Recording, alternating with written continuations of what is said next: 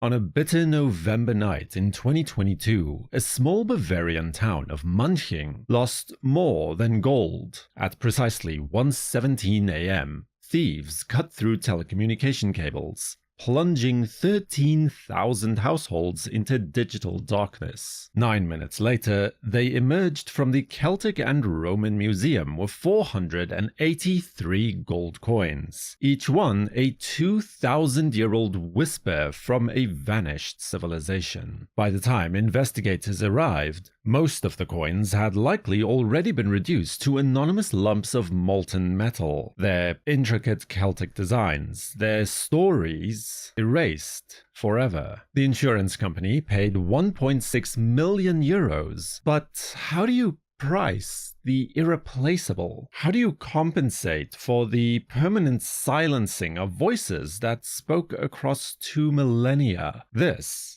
is the true hidden tragedy of Europe's escalating museum theft crisis. We're not just losing valuable objects, we're losing ourselves, our very identities. Between 2015 and 2025, at least 24 major museum thefts have been documented across Europe, with a dramatic escalation in recent years. France alone suffered 5 major heists in just 14 months between November of 2024 and October of 2025, prompting the French cultural minister to declare a national museum security crisis. And it's been suggested that these figures capture perhaps less than 20% of actual incidents. Smaller regional museums often choose not to publicize thefts. The true scope, therefore, remains unknown. What we do know is disturbing. The average theft now takes just 4 to 9 minutes. Professional criminals are using increasingly sophisticated methods, including cyber attacks and infrastructure sabotage, and recovery rates are, vary wildly. From complete successes like the Castelvecchio paintings and Sweden's crown jewels to permanent losses like the melted Manching coins. The story of Europe's museum crisis cannot be told without the Remmo Clan, the German-Lebanese organized crime family that has become synonymous with this audacious culture of theft. Their first major strike came in March 27th of 2017, when they stole the 100-kilogram big maple leaf gold coin from Berlin's Bode Museum. The thieves accessed the museum via an elevated railway track, using a ladder and a wheelbarrow to transport the 50-centimeter diameter gold coin worth almost 3.5 million euros. 3 Remmo family members were convicted in February of 2020, receiving sentences ranging from 3 to 4.5 years. A museum security guard who provided access and inside assistance was sentenced to 3 years and 4 months. Despite the conviction, the coin was never recovered, almost certainly melted down immediately. But the Bode heist was merely a rehearsal. 2 years later, on November 25th, 2019, the Remmo Clan orchestrated what would become the largest jewelry heist in modern history, the Dresden Green Vault robbery. The operation began at 4 a.m. with arson on the Augustus Bridge, deliberately triggering a power outage that disabled streetlights and alarm systems. With infrastructure compromised, 2 thieves cut through iron window bars and entered Dresden's Treasury Museum, using axes to systematically smash display cases. In approximately 13 minutes, they stole 21 jewelry objects containing roughly 4,300 diamonds, rubies, and emeralds. Losses initially estimated at around €1 billion were later refined to 100 to 113 million euros. Security guards watched on CCTV, but followed protocols not to engage armed intruders. 5 Remmo Clan members were convicted in May of 2023, with sentences ranging from 4 years and 4 months to 6 years and 3 months. In December of 2022, following negotiations, 31 individual items, including gemstones, were recovered in Berlin, but they showed significant damage. Several marquee jewels, including the 49-carat Saxon white diamond, still remain missing. The Remmo operations reveal the new face of museum crime: multi-generational organized crime families treating cultural institutions as banks to be robbed. But with one crucial difference: museums are softer targets. The comparison is stark. Modern bank security has evolved into a sophisticated ecosystem: time delay safes, GPS tracking for cash, instant police alerts, hardened architecture, armed guards trained to respond with overwhelming force. Banks have made traditional robbery nearly obsolete in much of Europe. Museums, by contrast, remain paradoxically vulnerable, despite oftentimes housing items worth far more than any bank vault. Why? Museums exist to display and educate, not to lock treasures away in impregnable vaults. The most successful museum heists average just 4 to 9 minutes from entry to escape, faster than police response times in most cities. Bulletproof glass repeatedly proved inadequate against industrial tools like sledgehammers and axes. Single display cases concentrate high-value items into convenient one-stop shopping for criminals. Sentencing patterns also reveal another troubling asymmetry. The Remmo Clan members received 3 to 6 years for thefts that totaled over $100 million. For the Manching Celtic coin heist, 3 convicted thieves received 4 to 11 years, despite destroying irreplaceable archaeological treasures. Compare this to the typical German bank robbery sentencing guidelines of 5 to 15 years for armed robbery, and the risk-reward calculations become perversely rational. For the numismatist and historians, the museum theft crisis represents more of a specific horror: the permanent destruction of irreplaceable historical artifacts. 3 of the major numismatic thefts, the Bode Museum's 100-kilogram gold coin, the Manching Celtic Hoard, and the Ely Museum's Bronze Age gold torque, all ended the exact same way: melting. Unlike paintings or sculptures that must be fenced intact, coins and other gold artifacts like crowns and jewelry have intrinsic melt value, making them immediately disposable and untraceable once destroyed. Each ancient coin is a unique historical document containing metallurgic data, alloy compositions, original sources of origin, trade routes, dye varieties, including minting techniques and chronology, provenances that lead to archaeological context, hoard associations, and so forth, and then surface details, wear patterns, ancient graffiti, and countermarks. Once melted, all of this data is obliterated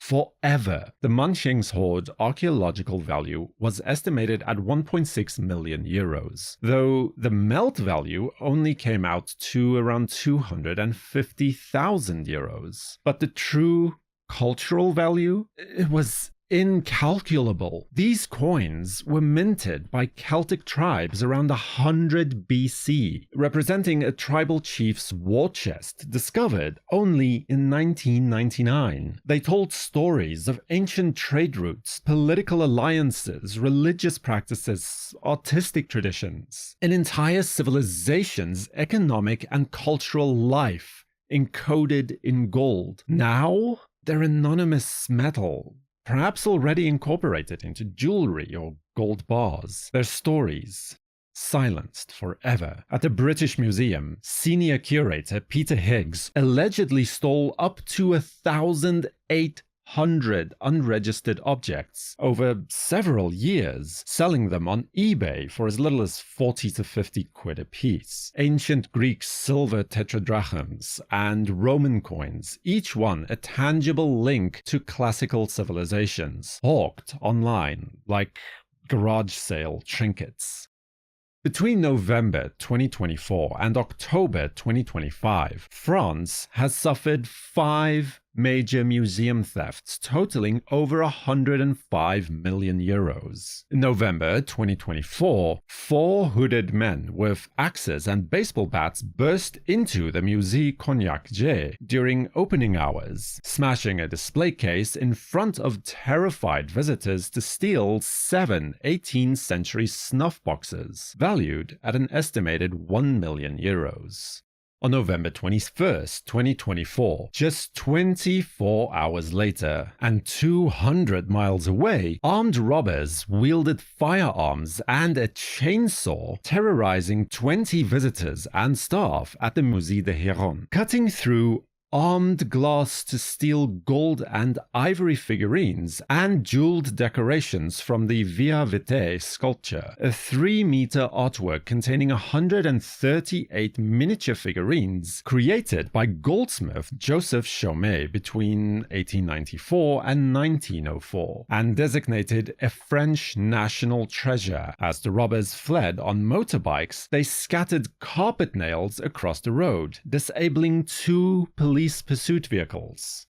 On September 4th, 2025, thieves smashed a window at the Musée National Adrien Dubochet in Limoges to steal 3 Chinese porcelain masterpieces, 2 Ming Dynasty dishes, and 1 Qing Dynasty vase, all designated French national treasures, valued at around 9.5 million euros. September 16th, 2025, a lone intruder armed with an angle grinder and a blowtorch breached the Paris National History Museum's Mineralogy Gallery, stealing 6 native gold nuggets, totaling approximately 6 kilograms and worth around 1.5 million euros. This theft was enabled by a sophisticated cyber attack in July of 2025 that disabled the museum's alarm and CCTV systems 2 months before the theft. Then, on October 19th of 2025, in the most audacious strike, 4 masked thieves dressed as construction workers used a mechanical lift to access a second-floor window in the Louvre's Galerie d'Apollon at 9:30 a.m., just 30 minutes after opening. In 7 minutes, they smashed bulletproof glass with sledgehammers and stole 8 Napoleonic crown jewels valued at an estimated 88 million euros. The Louvre heist prompted French Cultural Minister Rachida Dati to declare a national museum security crisis. Director Laurence Decage was summoned by Parliament for questioning. The pattern here is unmistakable. Daylight raids during museum hours, speed over stealth, industrial tools defeating reinforced security, scooter getaways through the urban environments. France has become the epicenter of a cultural heritage crime wave, suggesting either a sophisticated organized crime network or a dangerous knowledge sharing amongst criminal groups. But this crisis spans multiple nations. In the Netherlands, on January 25th, 2025, 3 thieves used commercial explosives to blast through the Drent Museum's entrance at 3:45 a.m., stealing a 2,500-year-old Dacian gold helmet and 3 royal bracelets worth an estimated 6 million euros in just 3 minutes. The artifacts were on loan from Romania, sparking a major diplomatic incident as well. In the United Kingdom, on May 7, 2024, 2 suspects on e-scooters broke into the Ely Museum in Cambridgeshire, stealing a Bronze Age gold torque weighing 730 grams, the largest and heaviest found in Britain in a century, along with a matching gold bracelet. The theft took less than 10 minutes, despite reinforced display cases and alarms. The British Museum's scandal stands apart though. Between 2014 and 2023, senior curator Peter Higgs systematically stole approximately 1,800 artifacts from storerooms, selling them on eBay and to private dealers. Many items were never catalogued or photographed, and whistleblower warnings were dismissed for 2 years. By 2024, approximately 700 items had been recovered, with 100 more having been located. In Italy, the Castelvecchio Museum theft in Verona offers a rare hope. On November 19, 2015, 3 armed men, aided by a museum security guard, stole 17 Old Master paintings during closing time while alarms were deactivated. In a major victory, all 17 paintings were recovered on May 6, 2016, found buried on an island in the Dniester River near Odessa in Ukraine, following an extensive international investigation. The University Museum of Bergen lost about 400 Viking Age objects on October 14, 2017, when thieves exploited scaffolding for renovation work to climb into a 7th floor window. Roughly 2/3 were eventually recovered. Then in Sweden, when thieves stole 17th century Swedish crown jewels from the Stragnas Cathedral at midday in 2018, fleeing by bicycle to a motorboat waiting on Lake Mälaren, it seemed they were lost forever. But in February of 2019, following an anonymous tip, all items were recovered buried in a rubbish bin in a forest. Johan Nichols Bockstrom was convicted and sentenced to 4.5 years. Perhaps most alarming is criminals' evolution towards attacking museum infrastructure before the physical theft. The Manching heist pioneered this approach, cutting telecommunication cables at 1:17 a.m., disabling internet and phone service for 13,000 households, and completely severed all police and security communications. The alarm system was dead. CCTV was non-functional, and the museum, despite being described as high security, was helpless. The Paris National History Museum theft took it even further. A sophisticated cyber attack in July of 2025 disabled alarms and CCTV systems, creating a vulnerability exploited 2 months later. Museum director Emmanuel Scolios described the operation as executed by an extremely professional team. The Dresden Green Vault robbery used arson to cut power, disabling streetlights and alarm systems before the actual break-in. This evolution from brute force to infrastructure warfare represents a quantum leap in sophistication. Criminals are no longer just breaking windows, they're breaking entire security ecosystems. The sterile language of insurance valuations obscures a profound truth. We're losing our ability to know ourselves. When thieves stole 3 Chinese porcelain masterpieces from Limoges, they didn't just steal ceramic objects. They stole intangible links between Chinese and European civilizations, artifacts that told stories of the Silk Road, Ming Dynasty craftsmanship, and French passion for Asian art. The complex dance of cultural exchange spanning centuries. The native gold nuggets from Paris's National History Museum, including an 11-pound Australian specimen, Bolivian nuggets from an 18th century donation, and Ural specimens gifted by Tsar Nicholas in 1833, were each scientifically unique, representing different geological formation processes. They told the story of Earth's deep time, of mineral formation, and of human quest to understand our planet's structure. A 24-year-old woman was caught trying to dispose of melted gold fragments in Barcelona. The specimens believed destroyed forever. When a culture's stories disappear, the culture itself begins to fade. We are what we remember, and museums are our collective memory made tangible.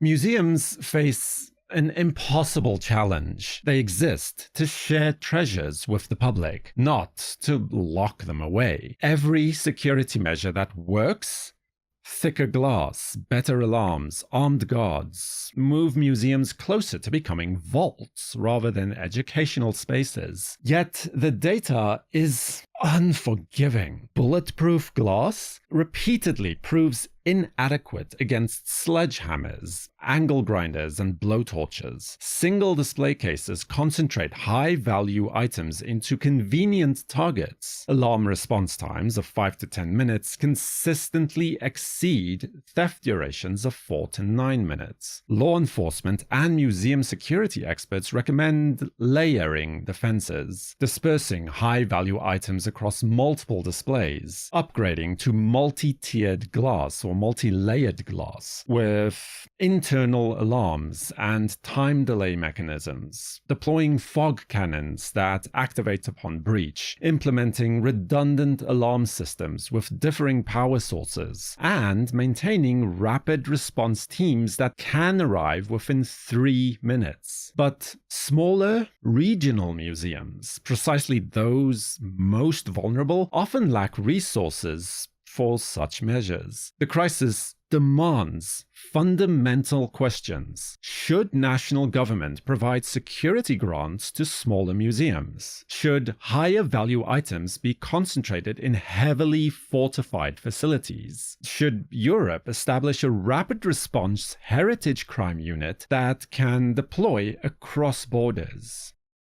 We are living through an unprecedented assault on European cultural heritage. The shift to raw materials theft, where criminals target items with intrinsic melt value, represents an existential threat to numismatic and archaeological collections. Unlike art theft, where masterpieces must be preserved to have value, the melting of ancient coins and gold artifacts is permanent, irreversible destruction. When the Celtic coins of the Manching theft became anonymous gold bars, when Byzantine gold coins are hawked for a pittance, when Viking treasures melt in crucibles, we lose more than just those objects. We lose our ability to touch our past, to feel the weight of history in our hands, to see the artistry of our ancestors. Museums are not mere storage facilities for valuable things. They are where we store ourselves, our collective memory, identity, and community. Every theft is an act of cultural vandalism, erasing chapters from the story humanity tells about itself. This crisis demands action at